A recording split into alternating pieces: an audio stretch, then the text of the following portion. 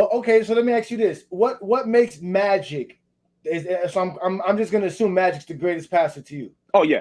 He's definitely Okay, the greatest so passer. what makes Magic the greatest passer of all time to you? The fact that his passing in the transition, where the way he can dictate the offense on his passing, Mm-hmm. where he can pass the ball anywhere on the floor. The fact that Magic, the difficulty of passes that he can attempt, and where they and the accuracy of them. And even if because I don't like projecting or making hypotheticals, but you've seen that if Magic would have kept playing, he probably would have passed Stockton in assists. But even besides talking about that, it's Magic's skill as a passer. It's not so much so like the finishing of it, because it's like I said, it's a two-way street when it comes to assists.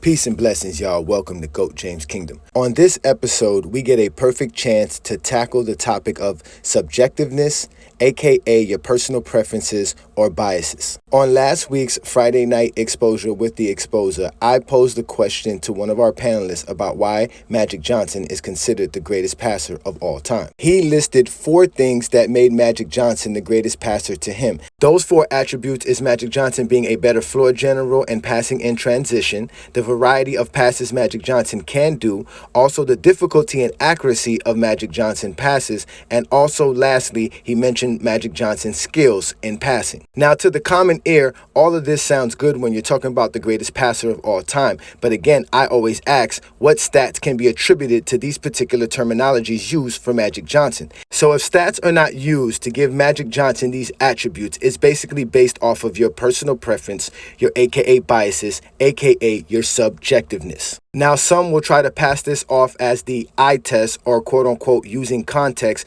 but in reality, this is just your personal preference and it's not based on stats. But we don't blame people like Crash for having such takes because it actually saturates the entire basketball conversation world. In fact, people love to dismiss stats for their own personal preference. Let's take Sports Fluent here as an example. He used this particular graph here to try to discredit stats. Now, Sports Fluent tried to accuse us of being subjective and not being consistent when we're comparing players because of totals. And like most detractors, when it comes to stats, they think using Stockton and Magic Johnson as a comparison is a very good way to dismiss totals or stats in the conversation when we're talking about the greatest players of all time. And that is due to their quote-unquote eye test or context, or what we like to call their subjectiveness. And here I will prove what I'm talking about.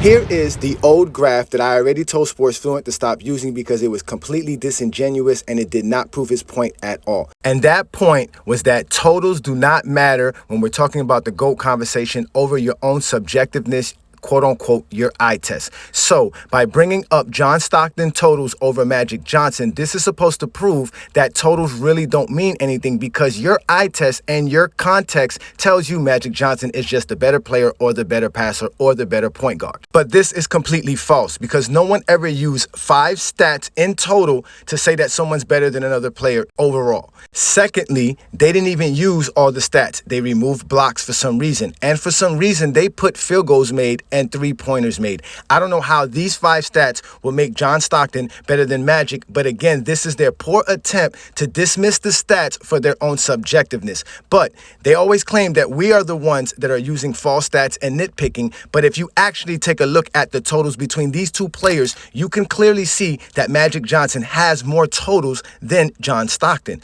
But they do not look up the numbers, they do not look up the stats, and this is why they are biased and subjective, and why they can have wild takes and wild claims about players over another player without using any validity of stats or anything that is tangible to be measured. This is why in GOAT James Kingdom, we stick to stats, accolades, and achievements. But not only are people like Sports Fluent subjective in their take, they're also inconsistent, because when he brought up accolades, he completely tried to dismiss the fact that Magic Johnson actually does have more accolades than John Stockton.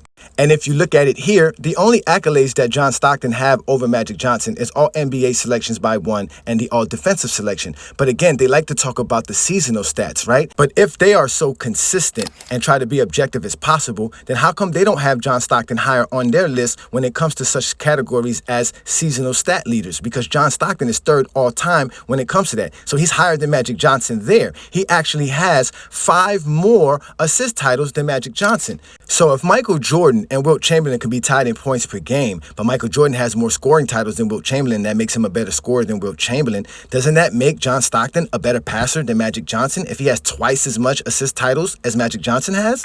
So this is how they can be biased, or they can use their subjectiveness, because for some reason Michael Jordan's 10 scoring titles seems to be more valuable than Wilt Chamberlain's 11 rebounding titles, or John Stockton's 9 assist titles, or Chris Paul's 6 steal titles. All the things that they claim that they value when evaluating a player seems to go to the side when it's not Michael Jordan. And this is why we call them biased. And this is why we say that they have nothing but subjectiveness when it comes to the conversation. Watch how I go ahead and expose it. So I was going to tell you, like, how do you measure the difficulty, right? Because I can tell you Magic's is 6'9". It's not hard for him to make a pass. He's 6'9", compared to a 6'2", 6'1" Stockton, who probably doesn't have the same visuals. And Magic had Kareem. He could throw you know how many passes he threw to Kareem that just was a turnaround skyhook that became an assist? Is that really difficult? You see what I'm saying? So we could always do that. That's why I always tell people. Oh yeah, you can nitpick. You can always nitpick. You can nitpick. You can always nitpick. You can nitpick. You can always nitpick. I'm the best there is, plain and simple. I mean, I wake up in the morning, I piss excellence. If you'd like to have these type of one-on-one conversations, you can catch me on Friday Night Exposure with The Exposer on GOAT James Kingdom channel.